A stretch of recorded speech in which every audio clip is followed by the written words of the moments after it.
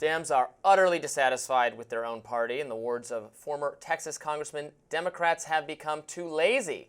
That was Beto O'Rourke saying this on MSNBC over the weekend.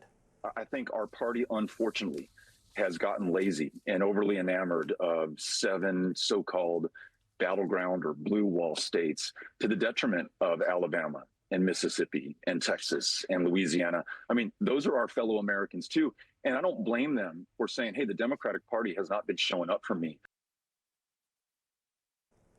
O'Rourke also blasted Senate Minority Leader Chuck Schumer. Take a look.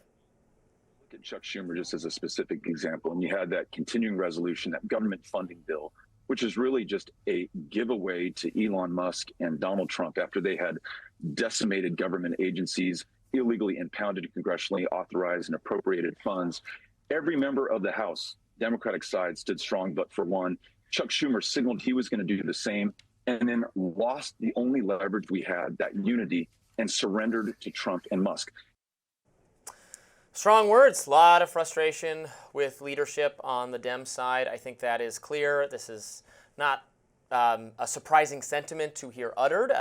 Maybe it's a little bit surprising O'Rourke is saying it. You never know who wants to stay in good graces with leadership, who's ready to go to war with them.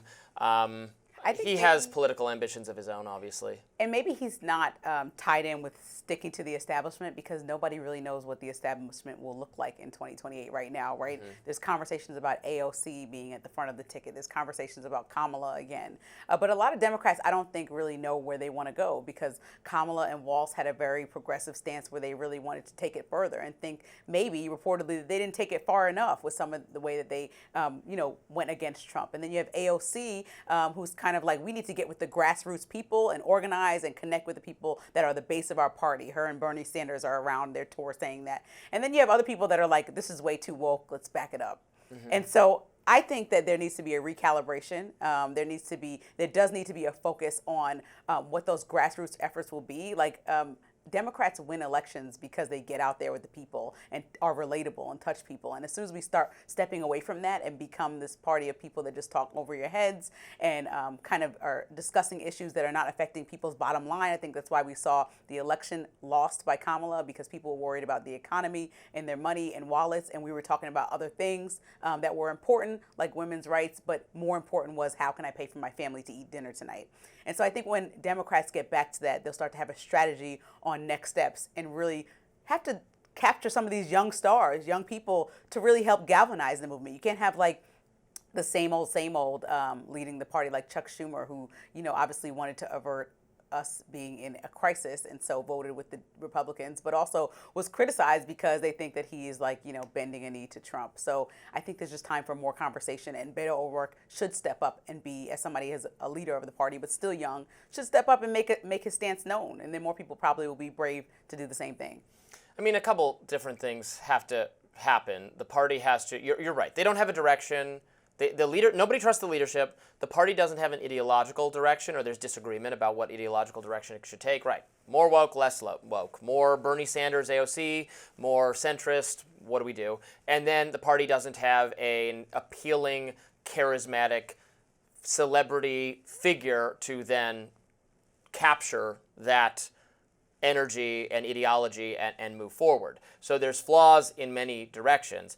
The party clearly, though, has to have some battle internally where they decide the ideological direction first, or you have the star, and then the star just determines the ideological direction. Right? On the Republican side, there was, going back to 2016, there was just an ideological battle inside for what the Republican Party is going to stand for. At the same time, there was a superstar arriving on the scene, Donald Trump, who won and then decided what the ideological direction was going to be. It was going to be more moderate on entitlements. Paul Ryan, Mitt Romney, they wanted to privatize Social Security and cut Medicaid and Medicare. Great ideas, by the way, which I think are fantastic, but Republicans decided not to move forward with, decided those were political losers. Trump said, enough of that, no more of that. Moderated on those issues, but was going to be more right-leaning or more restrictionist or whatever you want to call it on immigration, and then having a completely different foreign policy from the other people running, most of the other people on the stage. That was the ideology that won, Trump won, etc. The Democratic Party needs to do something like that. They need to have, I don't know, Kamala and Bernie/AOC and Josh Shapiro and Gavin Newsom and a couple other people all play like Super Smash Brothers together or something, and whoever wins gets to decide the ideology of the party. No, I think if we look at like big moments, I less agree about that it needs to be somebody who's all big and shiny like a celebrity like Trump was when he took over the party and decided the direction. But I do agree that it needs to be somebody who makes a lot of noise. Like we're talking about like a John Lewis in 1965 walking Edmund Pettus Bridge and doing his thing. You know, I think we need somebody who's going to stand for something big. The Democratic Party, don't threaten that ideal. They'll run him.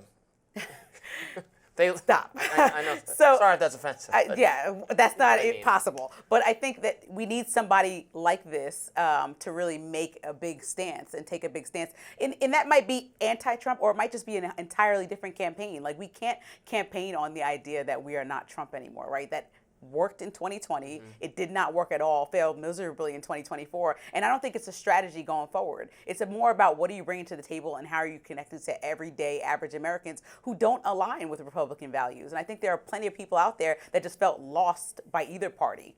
You know, there's a lot of young voters out there, too, that just straight up stepped out of this election, like stayed back and said, none of this is for me. And even though Trump did a great job at capturing more of that young vote, I think that the rest of the young people are still out there and waiting to be spoken to, waiting to be interacted with and have a real dialogue, because these are the next leaders of our country. These are the next business owners, people that make decisions and going to continue to make the world go round. Well, and they just weren't motivated to vote for Kamala. They were not moved by her in strong enough numbers.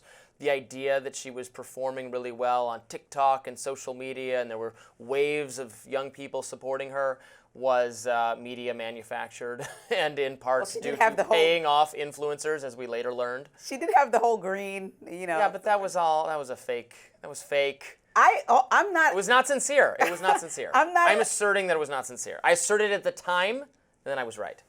Listen, what we know is that people find Trump for some reason to be genuine and authentic. I find some of his antics ridiculous and inappropriate. Yeah. But however you slice the cake is how you slice it. Yep. However, I think it's important to find somebody who's just going to speak directly to constituents in a real authentic way. I know we talked about dark woke, so if that's it, go for it. Dark but people woke. who just are going to be direct to camera, Jasmine Crockett's doing a great job. I didn't say that she needs to be the leader or the next president. I think people like her who are just going to stand firmly in what they believe in are needed in the party right now. And people need to have a powwow, maybe not Super Smash Brothers, but a powwow about what the next steps are. So there can be a strategy by midterms. Super Smash Brothers sounds more fun to me. Main link, obviously. Alleged killer Luigi Mangione, the star character in a musical comedy? Really, that's next.